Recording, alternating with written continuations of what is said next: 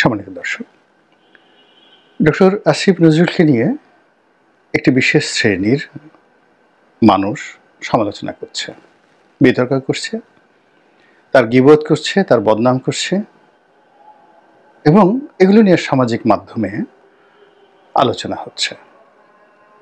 এখন ডক্টর আসিফ নজরুল কী করবেন? গীবতকারীদের কথা শুনে বা এই সামাজিক মাধ্যমে তাকে নিয়ে যে তোলপাড় হচ্ছে, এগুলো শুনে দেখে তিনি কি গলায় দড়ি দিয়ে মরবেন? আর তিনি যদি সেই কাজ না করেন, তো যারা এই কাজ করেছে তার বিরুদ্ধে যারা বিষোদ্গার করছেন, তারা কি সেখানে নিজেরা আত্মহত্যা করবেন বিষ পান করে, যে এত কষ্ট করে করলাম, এই লোকটার কিছুই হলো না, আমরা মশা মারার জন্য এত কামান দাগালাম, কিন্তু আলটিমেটলি এখন মশা তো মরল না, এখন আমারই মরতে হবে, কামান নিজের দিকে দিয়ে দিলেন। তো এই জিনিসগুলো নিয়ে মূলত আলাপ আলোচনা করব, অনেকটা স্যাটায়ার না, বাস্তবতার নিরিখে। এখানে আপনাদেরকে একটা কথা বলি। ফার্স্ট থিং হলো, আমাদের সমাজে দেখবেন মশা, মাছি, কীট পতঙ্গ, তাদের কাজই হলো মন্দ জিনিসের উপরে পড়া, মন্দ জিনিস দেখা, মন্দ জিনিস শোনা। আবার ভালো ভালো প্রাণী যেমন প্রজাপতি, কোনো অবস্থাতে আপনি তাকে ফুলের বাইরে নিতে পারবেন না, ও ফুলই দেখবে। আপনি রাজহংস, কোনো অবস্থাতে তার গায়ে কাদা লাগাতে পারবেন না, আল্লাহ তাকে ওইভাবেই তৈরি করেছে। তারপর এই যে প্রকৃতির যে শিক্ষা, এই শিক্ষাটাকে আপনি যদি বাস্তব জীবনে আনেন, আপনি দেখবেন এই সমাজে অনেক মানুষ আছেন এখন পর্যন্ত, সেই মানুষ যারা মন্দ কথা শুনেন না, মন্দ জিনিস জানেনই না, তারপরে দেশে কি হচ্ছে তার যেটা প্রয়োজন নেই এই খোঁজ খবরও রাখেন না। আর কিছু লোক আছে যার কোনো কাজকর্ম নেই, সে বসে বসে সারাদিন গীবত করছে, খারাপ কাজ করছে, মন্দ কাজ করছে, তারপরে শেষে অপ্রয়োজনীয় সময় ব্যয় করছে। এরকম একটা বিশাল শ্রেণী রয়েছে। আবার তার সঙ্গে সঙ্গে কেবলই মাত্র ভালো কাজ নিয়ে ব্যস্ত আছে, এরকম লোকের সংখ্যাও কিন্তু এই বাংলাদেশে কম নয়। আপনি এই সমাজে যেমন চোর আছে, ডাকাত আছে, গুন্ডা আছে, বদমাশ আছে, তার সঙ্গে সঙ্গে আবার অলি আল্লাহ আছে, গাউস কুতুব আছে, পীর আছে, মাশায়েখ আছে। মসজিদে যাচ্ছেন, নামাজ কালাম পড়ছেন, নিজের কাজ করছেন, নিজের খাবার খাচ্ছেন, মানুষকে সহযোগিতা করছেন। এবং আশ্চর্য ব্যাপার হলো, এরকম অনেক বড় শিক্ষিত পণ্ডিত ব্যক্তি আছেন, তিনি 30 বছর 40 বছর মহল্লায় থাকেন, কিন্তু তার মহল্লায় যে একটা ছিনতাইকারী আছে তিনি জানেনই না। আবার ওই ছিনতাইকারী দুনিয়ার সব মানুষকে সে গীবত করে, কিন্তু ওই যে সম্মানিত লোকটা, তাকে দেখলে সে কিন্তু সালাম দেয় এবং কেউ কারো খোঁজ খবর রাখে না। তো এই যে সমাজে, এই সমাজটা হলো যে যেই রকম সে সেই রকম জিনিস খুঁজতে থাকে এবং সে সেইভাবেই পেয়ে যায়। আপনি যদি একটু নেশাখোর হন, পৃথিবীর যে শহরে যান, যত পবিত্র শহরে যান, সে গয়া যান, কাশী যান, মক্কা যান, মদিনা যান, সেখানে গিয়ে আপনি আপনার সমপর্যায়ের মন্দ লোক আপনি খুঁজে পাবেন এবং আপনি একে অপরকে চিনতে পারবেন। আবার আপনি যদি ভালো মানুষ হন, পৃথিবীর সবচেয়ে দরিদ্র খারাপ একটা জায়গাতে গিয়েও আপনি ভালো মানুষ পেয়ে যাবেন। এবং যেখানে মানুষ নেই, সেখানে সঙ্গী হিসাবে আপনি প্রকৃতির কোনো প্রাণী বা বৃক্ষ, এমন কিছু আপনি পেয়ে যাবেন যেটার উপর আপনি নির্ভর করতে পারেন। তো যার জন্য ডক্টর আসিফ নজরুলকে নিয়ে যা কিছু হচ্ছে, আলাপ আলোচনা হচ্ছে, আমি নিজের ব্যক্তিগতভাবে হালকাভাবে আমি তার পক্ষে যে সকল কথাবার্তা অনেকে বলছেন, সাংবাদিকরা, গুণীজনরা, আমি সেই কথাগুলো শুনেই আমি কথা বলছি। কিন্তু তাকে নিয়ে যে সকল ভিডিও তৈরি করা হয়েছে, বদনাম করা হয়েছে, বিশ্বাস করেন আমি এই ধরনের ভিডিও দেখিই নেই, মানে একেবারে যাকে বলে শিরোনামও দেখিনি এবং আমি দেখবো না। আমার নিজের সম্পর্কে যে সমস্ত যাকে বলে, আমি তো আজকে নয়, ধরুন আমি যখন এমপি হলাম 2009, 10, 11, 12, এই কয়টা বছর, প্রথম আলো, কালের কণ্ঠ, যুগান্তর, সমকাল থেকে শুরু করে সবগুলো প্রথম শ্রেণীর পত্রিকা, এমন কোনো দুর্নাম এবং বদনাম নেই আমার বিরুদ্ধে করেনি। বিশাল ভাইয়ে বাহিনী আছে, তারপরে টিয়ার চুরি, কাভিখা চুরি থেকে শুরু করে এমন কোনো অপকর্ম নেই আমি না করি। সন্ত্রাস, মস্তানি, চাঁদাবাজি, এই পুলিশের অমুককে মারি, তারপরে শেষে ওসিকে এটা করি, ডিসিকে এটা করি, এই সমস্ত জিনিসগুলো ওই সময় পত্রিকা যারা পড়েছেন তারা মানে আমাকে একটা দানব হিসেবে মনে করতেন। এখন এটা আমার জীবনে কি হলো? প্রথমত আমার ভিতরে একটা রেজিস্ট্যান্স পাওয়ার গড়ে উঠল যখন ক্রমাগতভাবে আমাকে নেতিবাচকভাবে আক্রমণ করা শুরু হলো, এবং আমার পরিবারও ঠিক ওইভাবে আমার পাশে এসে দাঁড়ালো।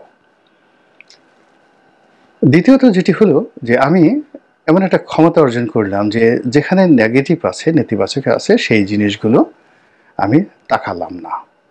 এবং কয়দিন পরে আমি বুঝতে পারলাম যে আমার সবচেয়ে বড় শত্রু বা যে কোনো মানুষের সবচেয়ে বড় শত্রু হলো সে নিজে। মানে সে যে বিষয়গুলো সে দেখেছে, সে যদি না দেখে তাহলে তার ৯৯% সমস্যা ওখানেই শেষ হয়ে যায়। তো আমি যখন এই পত্রিকাগুলো পড়ার চেষ্টা করলাম বা পড়লাম না, কি ছাপা হলো, কে কি বললো বা না বললো, এগুলো নিয়ে আমি যখন মাথা ঘামালাম না, তখনই দেখলাম যে আমার ৯৯% সমস্যা চলে গেছে। আর পত্রপত্রিকাগুলো যখন ২ বছর ৩ বছর এগুলো করতে করতে করতে করতে তারা যখন ক্লান্ত হয়ে গেল এবং তারা ওই বিভিন্ন দুর্নীতি দমন কমিশন থেকে শুরু করে থানা, পুলিশ, প্রশাসন বিভিন্ন জায়গাতে এগুলো কপি দিয়ে যাওয়া হয়, সব কিছু চেষ্টা করে যখন কোনো কিছু খুঁজে পেল না, সঙ্গত কারণে তারা একেবারে মুখ থুবড়ে পড়ে গেল। আর আমি যখন এদের সবার বিরুদ্ধে মামলা দিয়ে দিলাম, সিভিল মামলা, একেবারে প্রত্যেকটা শুয়ে পড়লো এবং ২০০০ সেই জেল থেকে বেরোনোর পর ১৩-এর পর থেকে আমার যে ইমেজটা, সেই ইমেজটা আমি আমার মতো করে গড়ার সুযোগ পেলাম। এই গেল এক। ২ নম্বরে যেটা হলো সেটা হলো আমি আমার ওই সময়টি তো দেখেছি যে আমার যারা আপনজন তারা আমার কাছে মনে হতো যে তারা বোধহয় দেখো, তারা এই গোলাম মোল্লা রনির সম্পর্কে কোনো নেতিবাচক সংবাদ ছাপা হওয়ার সাথে সাথে ওটা ফেলে দিত, ইনক্লুডিং শেখ হাসিনা। মানে তার সামনে আমারকে নিয়ে একটা খবর ছাপা হয়েছে, এই ধরনের একটা মানে কথা বলার মতো সাহস কেউ পায়নি। জাস্ট একটা ছোট উদাহরণ দিই যে কেমন আমাদের এলাকাতে শেভরন, এই যে ইন্টারন্যাশনাল যে তেল কোম্পানি, সেটা কূপ খনন করলো আমাদের গলাচিপাতে। তো সেখানে আমি কাজটা একবার বন্ধ করে দিলাম। অনেক অভিযোগ ছিল, তারা এহেন অপকর্ম নয় যে ওখানে করেনি, কাজটা বন্ধ করে দিলাম। তো তারা সঙ্গত কারণে এসে প্রধানমন্ত্রী কার্যালয়, তারা ডিসিকে কনভিন্স করলো, জ্বালানি সচিবকে কনভিন্স করলো। তখন আমার ২০১১-১২ সালে আমার যে অবস্থা, একজন ডিসি বা একজন সচিব আমাকে টেলিফোন করবে, ওই পর্যায়ে আমি ছিলাম না। তো তারা সবাই করলো কি, বুদ্ধি দিল যে সরাসরি পিএমকে জানানোর জন্য। তো পিএমের কাছে গিয়ে বলল যে রনি সাহেব ১ কোটি টাকা ঘুষ চেয়েছে, এমপি সাহেব। তো পিএম বললো যে রনি ১ কোটি তো দূরের কথা, ১,০০০ কোটি টাকা ঘুষ খাওয়ার, ঘুষ চাওয়ার মানুষ না, ওনার নিজের মুখের কথা। তো তিনি উপাধ্যক্ষ আব্দুল শহীদ তখন চিফ হুইপ ছিলেন, তাকে দায়িত্ব দিলেন যে শেভরন নিয়ে, রনি সাহেবকে নিয়ে, আর মন্ত্রীকে বললেন, বিদ্যুৎ মন্ত্রীকে, এনামুল হক সাহেব ছিলেন, ব্রিগেডিয়ার এনামুল হক, বসেন, দেখেন নিঃসন্দেহে এখানে কোনো সমস্যা আছে। শেভরন একেবারে সোজা হয়ে গেল। যতদিন আমার ওখানে কাজ করেছে জীবনে আর কখনো সে মাথা উঁচু করে দাঁড়াতে পারেনি। তো এভাবে লড়াই করার, সংগ্রাম করার যে একটা শক্তি এই প্রতিকূলতার বিরুদ্ধে চলে আসে। তো আমার যারা আপনজন, সংসদে ইকবালুর রহিম ছিল, খুবই ঘনিষ্ঠ বন্ধু, নজরুল ইসলাম বাবু ছিল, এমনকি বিপু, নসরুল আহমদ বিপু ছিল। মানে কোনো দিন তারা বলেননি যে আজকে তোমার বিরুদ্ধে এই পত্রিকায় এই রিপোর্টটা ছাপা হয়েছে। এবং আমি একদিন জিজ্ঞেস করলাম যে বাবু বা ইকবাল, আমার যে বিরুদ্ধে যে রিপোর্ট ছাপা হচ্ছে, তো ওরা বলে যে না, তো আমরা দেখি নাই, কখনো দেখিনি। তখন আমি একটা আত্মবিশ্বাস ফিরে পেলাম যে আমার যারা শুভানুধ্যায়ী, তারা প্রথমত আমার যে দোষ ত্রুটি আছে বা আমার যে দুর্নাম বদনাম আছে ওইদিকে তাদের নজরই যায় না। কেউ যদি তাদের কাছে বলতে আসে তারা শুনবে না এবং টিল নাও এখন পর্যন্ত। আর আমার যারা মানে শত্রু আছে, আমাকে যারা অপছন্দ করে বা আমার বন্ধু হওয়ার যারা উপযুক্ত নয় বা আমাকে যারা মূল্যায়ন করতে পারে না, তারা সবসময় বলে যে এত টাকা এলো কোত্থেকে, এত ক্ষমতা এলো কোত্থেকে, ও এখনো কেন অ্যারেস্ট হচ্ছে না, এ সবসময় শেখ হাসিনাকে জ্বালাইছে, এখন বিএনপির বিরুদ্ধে কথা বলে, তারপরে ডক্টর ইউনূসের বিরুদ্ধে কথা বলে, ওকে কেন গ্রেপ্তার করা হচ্ছে না, ও এমন কি। তো এই জিনিসগুলো সারাক্ষণ খুঁজতে থাকে যে রনি সাহেবের কি আছে। তো একইভাবে ডক্টর আসিফ নজরুলের যারা পর্যায়ে না, তারাও কিন্তু এইভাবে খুঁজতে থাকে আসিফ নজরুলের কি আছে। আর আসিফ নজরুলের যারা আপনজন আছেন বা আপনজন না, আসিফ নজরুলের সাথে পরিচয় নেই কিন্তু চিন্তা চেতনায় আসিফ নজরুলের সমপর্যায়ের লোক, কিংবা আসিফ নজরুল ওয়েল উইশার, বিশ্বাস করেন আসিফ নজরুল সম্পর্কে যা কিছু এই ভিডিও টিডিও যা কিছু যে যারা করেছে তাদের চেহারাও তারা চিনে না, তাদের এই ভিডিও কেউ দেখেনি। যারাই দেখেছে এরা সবাই দুর্বল চিত্তের এবং আসিফ নজরুলের পর্যায়ের লোক না। এরা কখনো আসিফ নজরুলের সাথে এক টেবিলে বসে খাবে না, এক টেবিলে বসে আলাপ আলোচনা করবে না। কেউ দেখেনি আসিফ নজরুলের যারা আপনজন পর্যায়ের লোক, তারা এই জিনিসটা দেখেইনি। তারা এই আমার মতো শুনেছে, শুনে তারপরে এইভাবে তাকে ইন্সপায়ার করার চেষ্টা করেছে বা তাকে বলার চেষ্টা করেছে, কিন্তু কেউ দেখেনি। ফলে কি হচ্ছে, এই ধরনের যে অসামঞ্জস্যকর যে ঘটনাগুলো ঘটে, এতে করে যারা প্রতিপক্ষ তারা কখনোই লাভবান হয় না, বরং বেজলেস হয়ে যায়। তারা তাদের যতটুকু আছে ততটুকু হারিয়ে ফেলে। আমি আমার এই জীবনে আপনি চিন্তা করেন, যখন মানে মানুষ মানে আমি একটা উদাহরণ দিই, প্রথম আলোর মতিউর রহমান সাহেবকে আপনার স্বামী ওসমান সাহেব, তো তিনি গিয়ে পা ধরে সালাম করতেন, তারপর কিন্তু তিনি রক্ষা পান নাই, তার বিরুদ্ধে সেই রিপোর্ট ছাপা হয়েছে।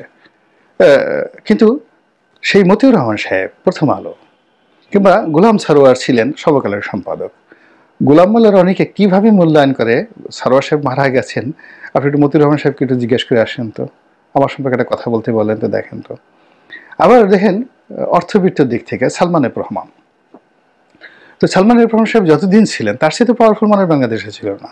তো তার মতো লোকের সঙ্গে ফাইট করে তার অফিসের সামনে দিয়ে রাত্রি 9টা 10টা 11টার সময় সেই ধানমন্ডি 2 নম্বর রোডের তার অফিসের সামনে দিয়ে একা একা গিয়েছি, একবার দুইবার নয়, শত শতবার।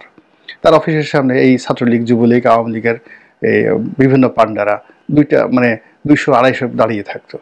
তা আমি যখন সেখান থেকে যেতাম, তো তারা রাস্তা করে দিত, সালাম দিত, কথাবার্তা বলতো, অথচ আমি তাকে গালাগালি করছি, সব কিছু করছি। উনি তো কোনোদিন আমার সামনে পড়তে সাহস পাননি। এর মূল কারণ হলো যে যখন আপনি ন্যায়ের পথে থাকবেন, একটা জায়গাতে থাকবেন, আপনার প্রতিপক্ষ যত বড় হোক না কেন সে আপনাকে ভয় পাবে, প্রচণ্ড ভয় পাবে। আমি আওয়ামী লীগ সরকারের, সেটা মহিউদ্দিন খান আলমগীর বলেন, শাহজাহান খান বলেন, শামসুল হক টুকু বলেন, স্বরাষ্ট্র প্রতিমন্ত্রী ছিলেন, আবুল হোসেন বলেন, ওয়াইদুল কাদের বলেন, গালাগালি করিনি কাকে, সামনে প্রকাশ্যে, অর্থাৎ 1 to 1, আর লেখালেখি করে তো এই দূর থেকে না, একেবারে 1 to 1 পার্লামেন্টে বসে এদের মুখের উপর বিভিন্ন কথাবার্তা বলেছি, এইগুলো কি করেন, এইগুলো কি করেন, কই কেউ তো কখনোই সামনে দাঁড়াতে সাহস পায়নি। তো আসিফ নজরুলের যদি এরকম সততা থাকে, ন্যায় নিষ্ঠতা থাকে, এবং তাকে কেউ কিন্তু একটা পশম স্পর্শ করতে পারবে না। 1 2 নম্বর হলো যে আমি 2009 সনের আগে আমার ভিতরে যে সাহস আছে এটা আমি জানতাম না, কিন্তু যখন মানুষ আমাকে আক্রমণ করা শুরু করলো, সেই আক্রমণগুলো প্রতিহত করতে করতে আমার বুদ্ধির দরজা খুলে গেল, আমি সাহসী হয়ে উঠলাম। এবং একটা সময় আমার কাছে মনে হলো যে না, তো আমাকে যারা আক্রমণ করছে তারা খুবই দুর্বল প্রকৃতির মানুষ, খুবই দুর্বল প্রকৃতির মানুষ। তো আসিফ নজরুল সাহেবের মতো একজন ভদ্রলোক মানুষ, এই যে আমরা অনেকে যারা তার সমালোচনা করছি, তাকে নিয়ে বিভিন্ন রকম নেতিবাচক কথাবার্তা বলছি, মূলত আমরা আসলে তাকে সাহসী বানিয়ে ফেলছি, দুর্বার বানিয়ে ফেলছি। তিনি তার অবস্থানে পাকাপোক্ত হচ্ছেন, তিনি আরও শক্তিশালী হয়ে যাচ্ছেন, আরও বেপরোয়া হয়ে যাচ্ছেন। আর যারা এই সমস্ত বেজলেস কথাবার্তা বলছেন এবং রুটলেস কথাবার্তা বলছেন, আপনাকে কাউকে যদি ক্ষতি করতে হয় সমপর্যায়ে লাগবে। আসিফ নজরুলকে ক্ষতি করতে হলে আপনাকে ওই ক্যাবিনেটে আসিফ নজরুলের সে পাওয়ারফুল লোক লাগবে, আপনাকে সরাসরি ডক্টর মোহাম্মদ ইউনূসের মতো লোক লাগবে, আপনাকে সেনাপ্রধানের সাহায্য লাগবে। এই মুহূর্তে এই দুজন ছাড়া, সেনাপ্রধান এবং আসিফ নজরুল সাহেব, মানে ডক্টর মোহাম্মদ ইউনূস ছাড়া আসিফ নজরুলকে কিছুই করতে পারবেন না কেউ। বাইরে থেকে আমরা সারা দিন কাঁদতে কাঁদতে যদি চোখের পানি ফেলে পড়ি, গড়াগড়ি করে যদি আমরা নিজেদের গায়ের চামড়া খুলে ফেলি, তবুও আসিফ নজরুলের কিছুই হবে না। মধ্যখানে আমাদের যারা আমরা এই কাজ করতেছি আমাদেরকে বিষ খেয়ে মরতে হবে এবং এটাই বাস্তবতা।